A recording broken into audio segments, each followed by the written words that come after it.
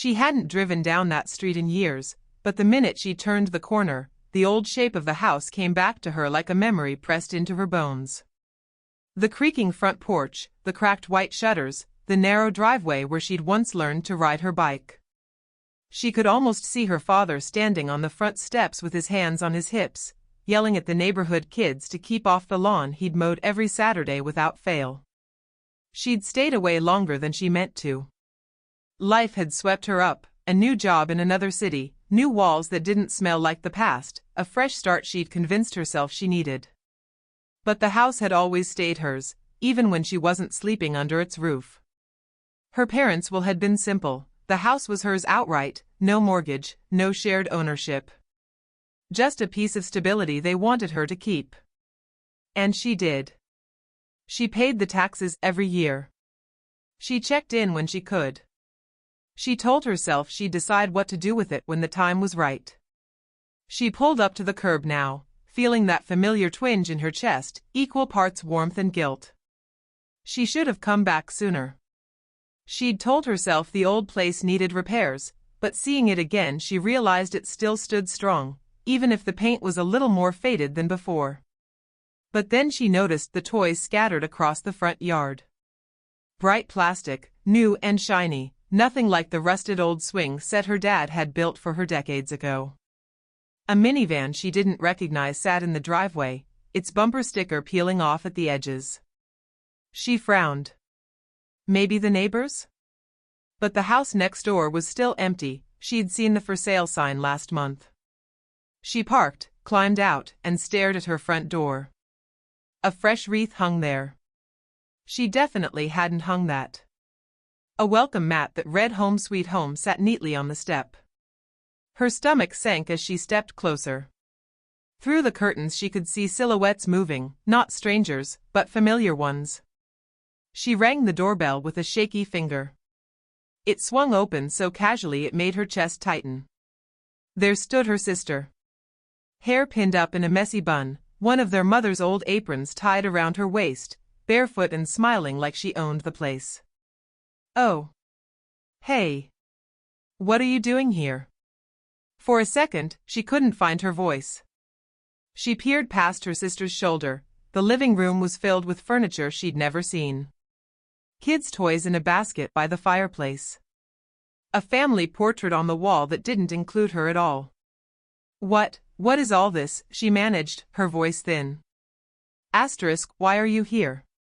Her sister let out a bright, airy laugh, the kind she used whenever she wanted to make something uncomfortable seem cute. "Relax. We needed more space, you know? Our old apartment was so cramped, and this place was just sitting here empty. You weren't using it. I figured, why not?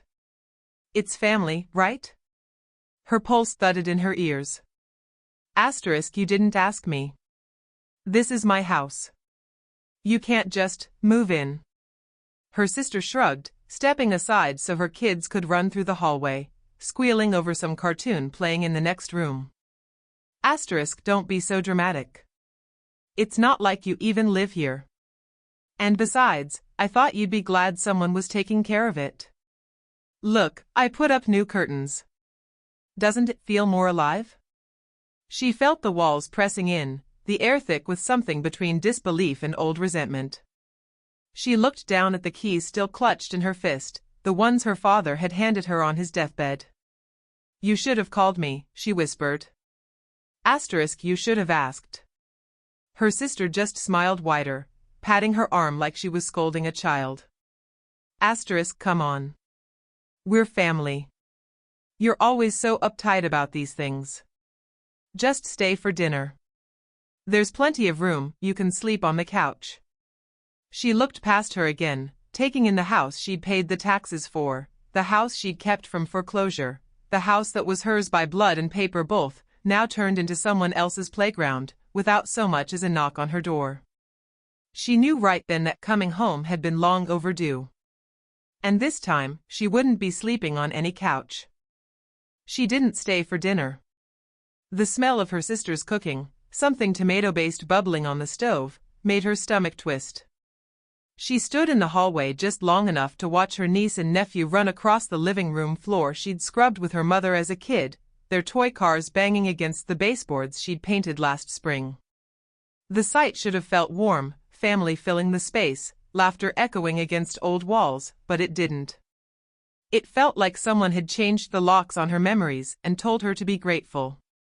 Her sister leaned against the kitchen doorway, barefoot. Sipping wine from a mug like this was any other casual Tuesday.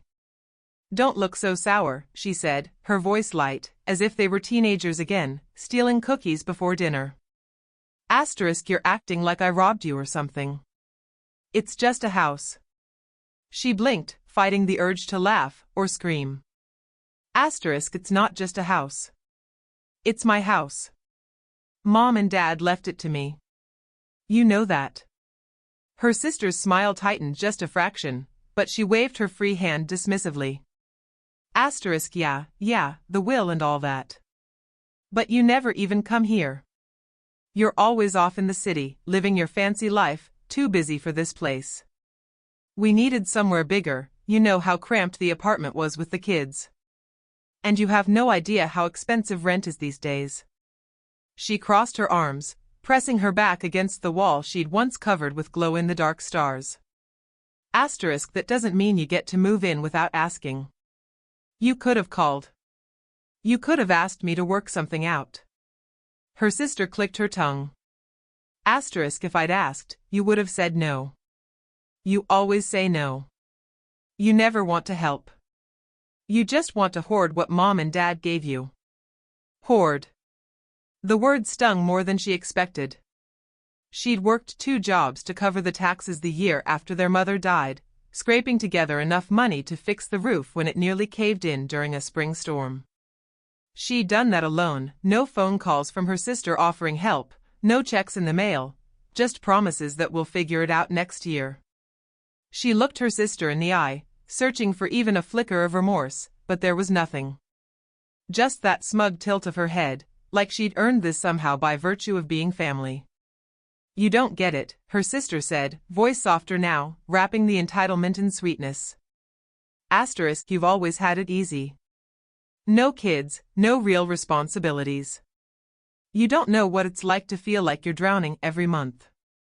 She felt her lips part, the words rising like bile. Asterisk, you think I don't know what it's like to feel like you're drowning?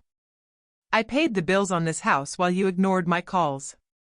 I fought the bank when they threatened to foreclose because you wouldn't help cover the repairs. I've been keeping this place alive for years. Her sister's eyes narrowed. Asterisk, and now you want to kick us out? You'd really do that? To your own family? She almost laughed, the sound sharp and cold in her throat. Asterisk, you're the one who moved in without asking.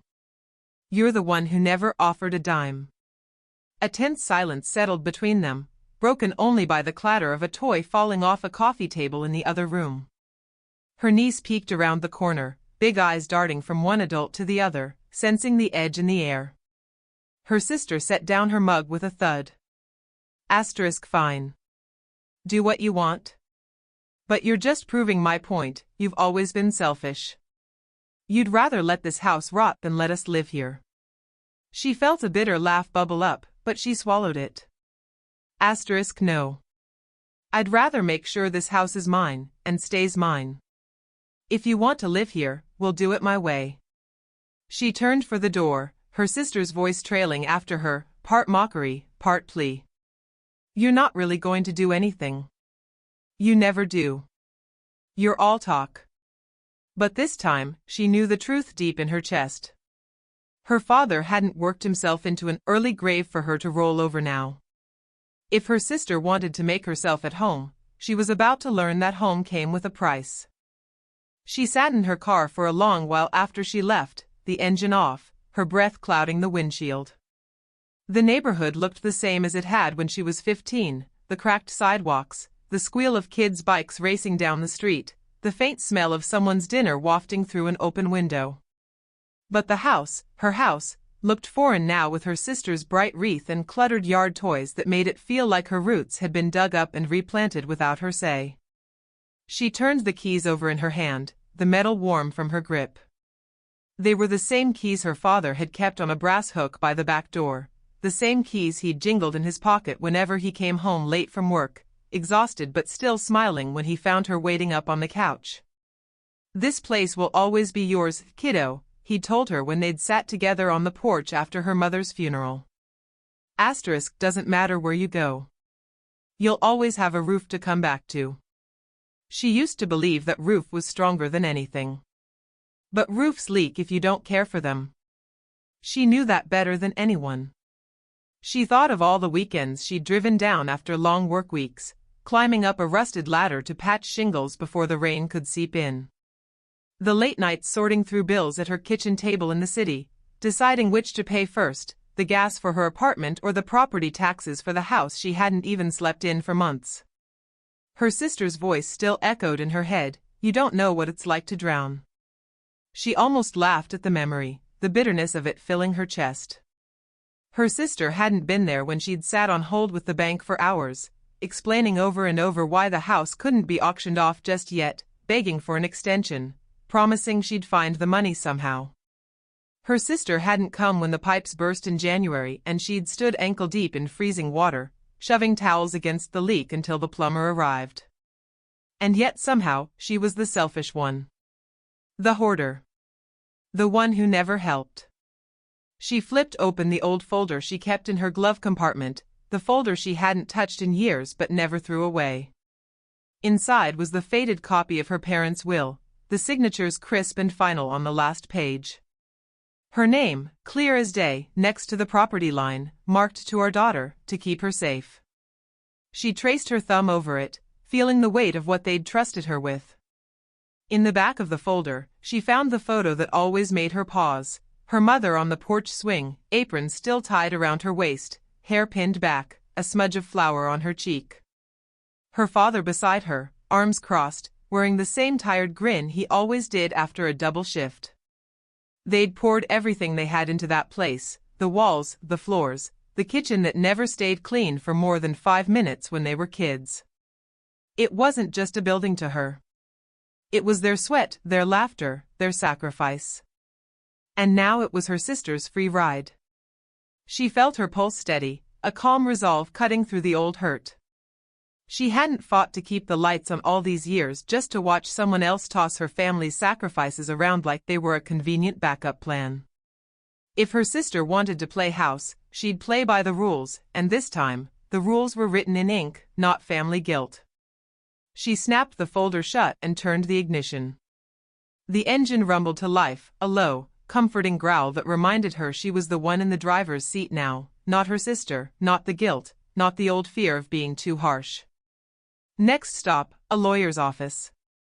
Her parents hadn't left her this house so she could sleep on the couch. They'd left it so she'd never have to beg for a place at the table again. She parked outside the small brick law office just as the first light drizzle of rain began to dot her windshield. She almost didn't get out right away, she just sat there, listening to the steady patter of raindrops, staring at her own reflection in the dark glass door. For a second she wondered if she was making it bigger than it needed to be. Wasn't family supposed to forgive and move on? Wasn't she the responsible one, the one who never made waves? But then she pictured her sister's smug little shrug, "We needed more space." Her mother's photo flashed behind her eyes, the porch swing, the smell of fresh bread, her father's boots left by the door after every double shift. She felt her jaw tighten. Some people only learn when you stop giving them more rope. Inside, the office smelled like coffee and old carpet cleaner. The lawyer, Mr. Harris, looked just the same as he had when her parents first drew up the will, a soft-spoken man with tired eyes and a wedding ring so worn the gold had dulled with time. He listened patiently as she laid it all out, the unpaid taxes she'd handled alone, the repairs she'd done herself, the sister who breezed in like a queen in someone else's castle. When she finished, he tapped his pen against the folder. "You've kept this place afloat for years," he said, voice calm but firm. You're the legal owner. You have every right to reclaim the house, or to collect rent. She's effectively squatting. If you let it slide, you'll just be opening the door to more headaches later. She nodded. The word squatting made her stomach twist. But the truth was the truth, no matter how ugly it sounded. I don't want to kick the kids out, she said quietly, more to herself than to him. But she can't just live there for free. Not anymore. Mr. Harris gave her a small, approving smile. Then we draft a lease. Fair terms, nothing excessive, but airtight. She either signs it and pays up, or she vacates. If she doesn't, we'll go the legal route. Eviction is unpleasant, but it's your right. You're not the villain for wanting boundaries. You're the owner.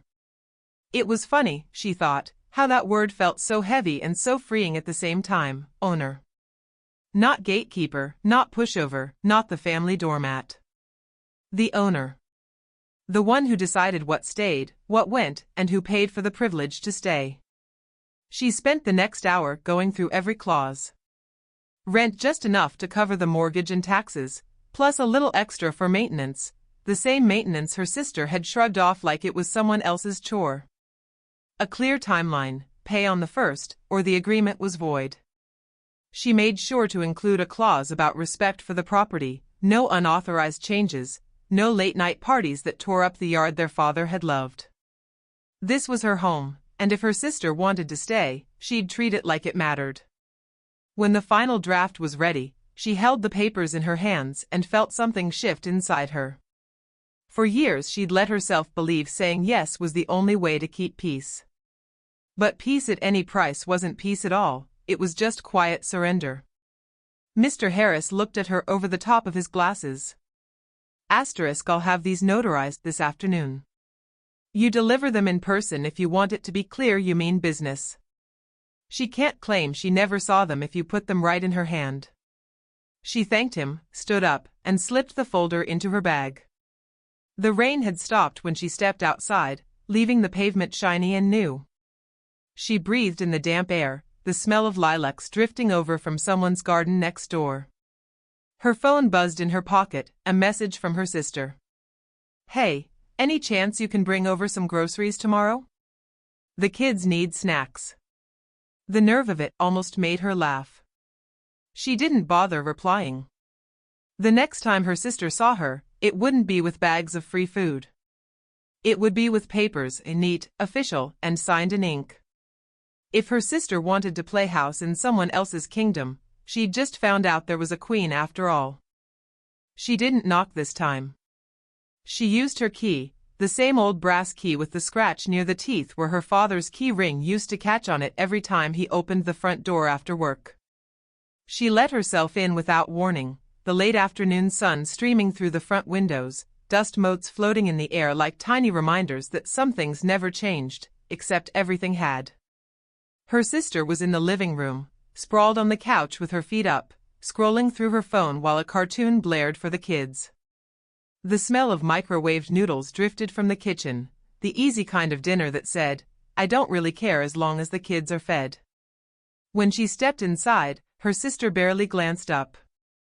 Oh, look who's back, she drawled, her tone dripping with the same casual mockery she'd used since they were kids. What's with the attitude the other day? You gonna lecture me again? She didn't bother answering that. She set her bag on the old coffee table, the one she'd refinished with her father years ago. She unzipped it slowly, pulling out the neat stack of papers, the notary stamp shining in the corner like a tiny seal of truth no one could wiggle around. Her sister's eyes flicked to the papers, a crease forming between her brows. What's that? More threats? She shook her head, calm as she'd ever been. No threats. Just facts. You're living here now. You didn't ask. You didn't offer to help cover the costs. This is my house, my name's on the deed. If you want to stay here, you're going to do it the right way. Her sister sat up slowly, her smug grin slipping just enough to show the edge of the fear beneath. Are you kidding? You want me to pay rent? To you? I'm your sister. She kept her voice level, the same tone she'd heard her father use when he was so angry he wouldn't yell. Yes. You're my sister. And family respects what doesn't belong to them. This is a lease. It's fair. It covers taxes, insurance, upkeep, all the things you've ignored while you turned this place into your free motel. Her sister's mouth fell open in an ugly laugh. You're insane. Where do you think I'm going to get that kind of money? I can't just pull rent out of thin air. You should have thought of that before you moved in without asking. The amount is fair. Lower than market. You either sign this and start paying next month, or you have 30 days to leave. The kids, hearing the sharpness in her voice, peeked around the hallway corner. For a second, her resolve wavered. They were just children, after all, just kids caught up in adult selfishness. But she wasn't throwing them out. Their mother was the one who'd put them here in this mess, not her. Her sister stood up now, her face red and twisted with that familiar ugly righteousness. Mom and Dad would be ashamed of you. They'd say you're being cruel. Heartless. She felt something settle in her chest then, a warmth, almost like an arm around her shoulders. She pictured her father's tired hands handing her the keys, her mother saying, "No matter what happens, keep it safe." "Mom and Dad would be ashamed of what you've done," she said softly. They worked too hard to make sure I'd never have to beg for what's already mine. I'm not begging now. I'm telling you, sign the lease or find somewhere else. Her sister snatched the papers from her hand, flipping through them with trembling fingers. I'll get a lawyer. You can't do this. You think you're so clever, but I know my rights. She almost smiled. So do I. And I know the deed. It has my name on it, not yours. This is me giving you an option. Take it or leave. Her sister threw the papers down on the coffee table, glaring at her. You're going to regret this. She picked them up calmly, straightened the pages, and slipped them back into her bag. No. This time, you're the one who will. She turned and left, the front door clicking shut behind her. For the first time in years, she felt the weight shift. The old house felt hers again, a promise kept. If her sister wanted to stay, she'd pay. If not, there was always the door. And this time, it would lock behind her. The final papers came back from the lawyer 2 weeks later, stamped and filed. The lease was official. Her sister had signed it after days of sullen silence and half-hearted threats. Maybe she thought it was a bluff that would fizzle out like so many family fights before. But when the notice of back rent and the first real invoice arrived in her mailbox, she realized this wasn't just another argument she could win by calling her sister cold-hearted. The house felt different now. It wasn't perfect, the floorboards still creaked when you stepped over the front hallway, and the back door still needed that special push to close all the way. But she didn't hear those creaks with dread anymore, the way she had when she worried about leaks and unpaid taxes and neighbors peering in wondering if the place would fall apart. Now, each creak felt like a reminder that she'd chosen not to let her family's sacrifices rot under someone else's feet. When she let herself back in that Sunday morning, she carried a bucket of fresh paint and a roll of tape. She wasn't here to argue or check up on rent. She was here because it was hers, because she had a right to stand in her own living room and decide what color the walls would be. Her sister stayed in the kitchen, shooting her glances like a cornered cat. She didn't say much. For once, she didn't have to. The signed lease on the fridge spoke louder than any snide remark. She spent the afternoon painting the front room, the one with the big window that looked out over the street where she used to ride her bike. As she worked, she could hear her sister on the phone in the next room, muttering to someone about how this is so unfair and she's acting like she owns the place. She smiled at that. She did own the place, and for the first time, everyone knew it. When the sun dipped low and the new color gleamed fresh on the walls, she pulled the old porch swing out from the shed and set it back up. It had sat there for years, rusting, waiting for someone to care enough to bring it back. She wiped it down with an old rag, her hands covered in flecks of blue paint and soap. She sat on it when she was done, pushing back and forth gently as the evening breeze rustled through the trees her father had planted as saplings. Her phone buzzed beside her on the swing. A message from her sister, the rent transfer notification. No apology. No thank you. Just the money, begrudging but real. She let the notification fade without replying. Sometimes silence was the clearest boundary in the world. She looked at the house from the porch. The porch her dad had built when she was 7. The house her mother used to sweep clean every Saturday morning while humming under her breath. The place that had held them all through birthdays, breakups, funerals, and all the small things in between. It deserved better than to be taken for granted. So did she. When the swing creaked under her, she felt the weight of her father's old promise settle deeper inside her. This will always be yours. It was, and it would be. Not because she was cruel. Not because she wanted to punish her sister. But because she'd finally learned what her parents had meant all along: love without boundaries wasn't love. It was permission for people to drain you dry. Inside, she could hear her niece and nephew giggling over cartoons, blissfully unaware of the grown-up storms that had settled for now. She smiled at that. Some things weren't the kids' fault. But they'd learned too that nothing comes free forever, not even when family is written on the mailbox. She leaned back, the porch swing rocking gently, the air cooling as the first stars appeared overhead. For once, the house felt like hers again, not a burden, not a battleground. Just home. And this time, she'd keep it that way.